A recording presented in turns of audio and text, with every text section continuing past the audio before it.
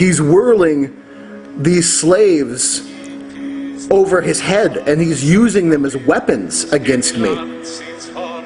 And I was really hit with this moral dilemma of, you know, what do I do?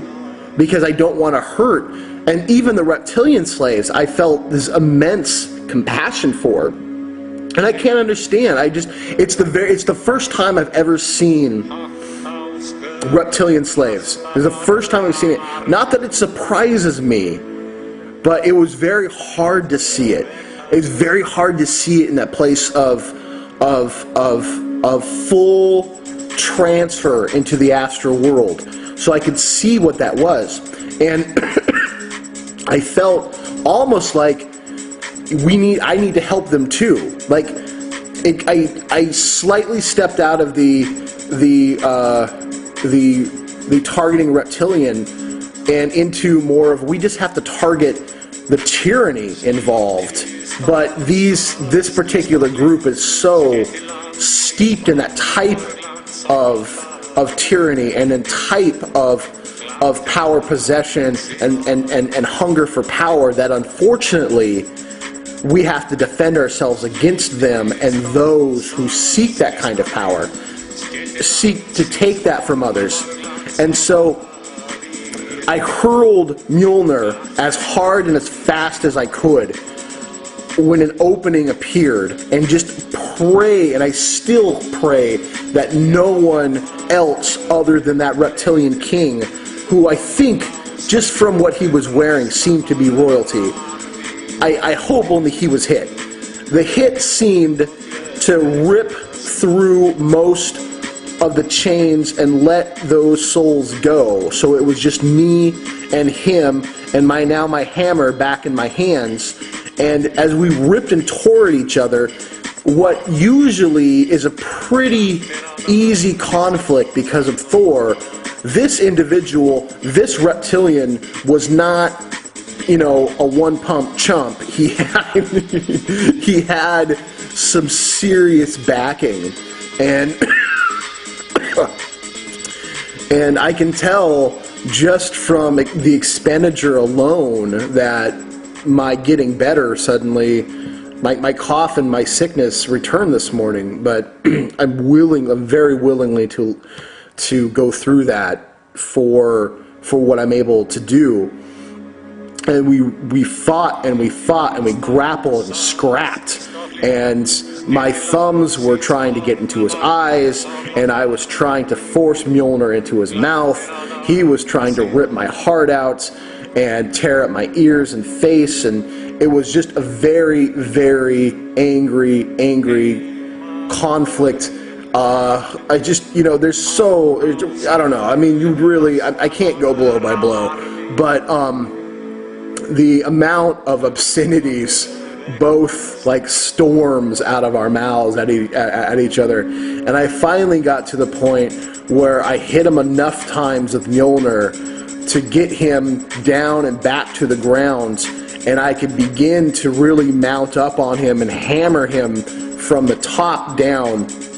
And I got to the point where I could reach behind his head and with my middle and pointer finger get into both his nostrils and start to arch him back, and then grab underneath his chin, and as I ripped his head back and pulled his chin down, I could rip and rip and rip, and it took everything I had to finally get that jaw to disconnect.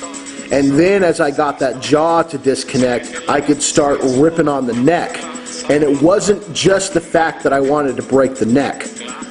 The neck being broken was just one aspect of it, as I ripped and ripped and ripped and really called for Thor's strength, because I needed more. Because I can't ever go with the full force of Thor.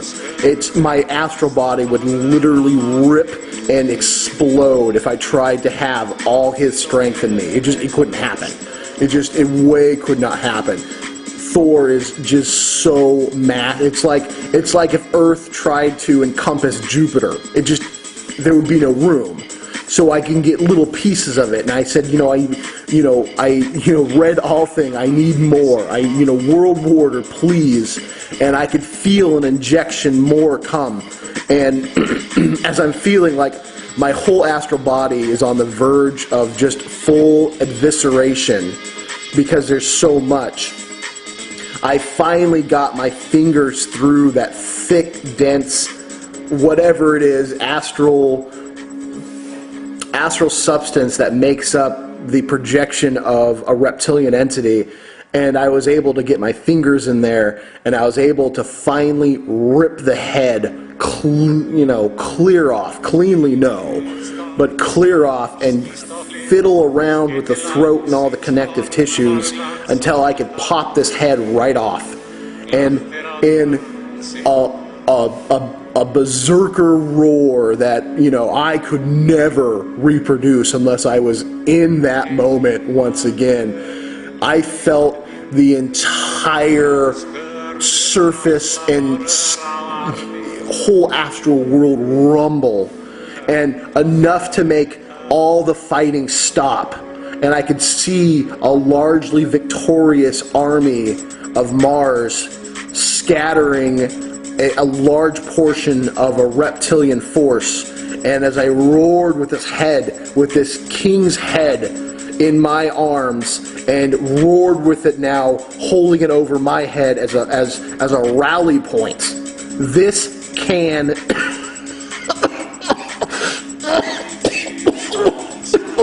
this can happen.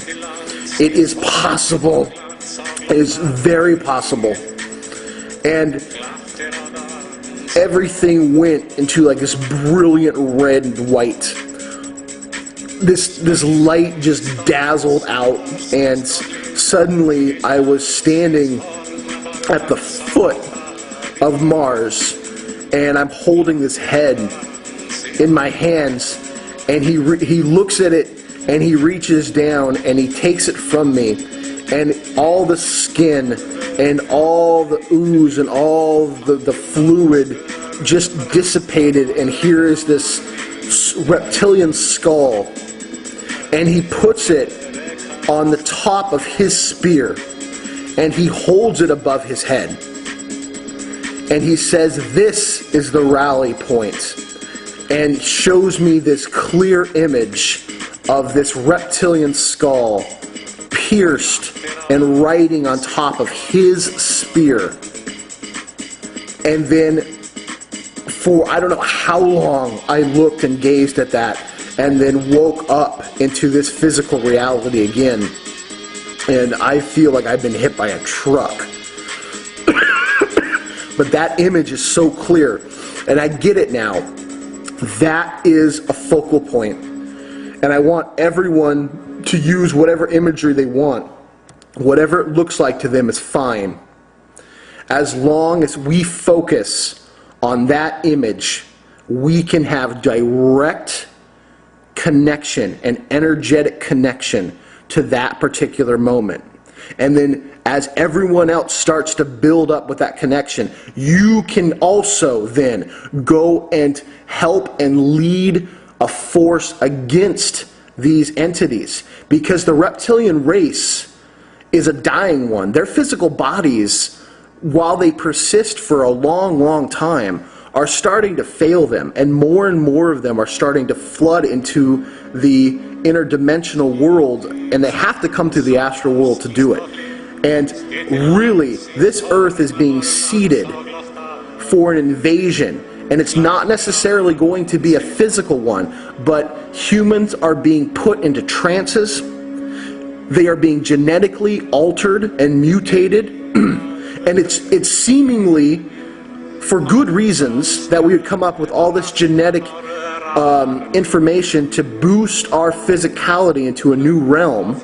But we are really just being fashioned into better hosts for these interdimensional beings, and us being a hijacked race, and sooner or later the only thing of a human that's going to be around is its flesh. Our human souls are not going to be allowed to manifest into human bodies anymore. We are just being seeded for a reptilian an other entity type of invasion, and we're just going to be meat hosts. Our world, our chance exists in the astral world, because once we change that incoming reality, we can even strengthen our efforts here. And I'm saying do both. Fight on the astral world and resist in the physical. If you're sitting around waiting for a pleading army to come and save us, it's the same as waiting around for Jesus to come and save you. It's fucking retarded. It's not going to happen. We are our only hope. We are our only chance. We are our only resistance force. Unless we start developing relations with powerful entities that are beautifully beneficial to humanity, who have been demonized by Christianity because Christianity has been co-opted by the enemy, we are doomed. There is no, you know what, if there is a giant force of Nords coming, if there is a giant force of Octurians coming, sweet. Sweet, they can help us. But if we're just going to sit around and wait and be at their mercy, you might as well just open yourself up to reptilian invasion right now and say, I give up. Whatever, I'm done. And believe me, they will, heed your call. But use this rally point. Use that image to strengthen your own resolve and then lead your own. If we all use that image of that now decapitated and deceased reptilian entity whose skull dangles on the spear of Mars, all of us have a direct visual link to an astral energy that can literally revolutionize and pull together humanity's strength and will. And we can be the spear holders. And should they charge upon our spears, woe for their stupidity. We're not tracking them down. They are breaking themselves against us. They're coming. Either we hold the spear and hold the line, or we roll over like she-bitch coyotes. It's your choice. I know where I stand.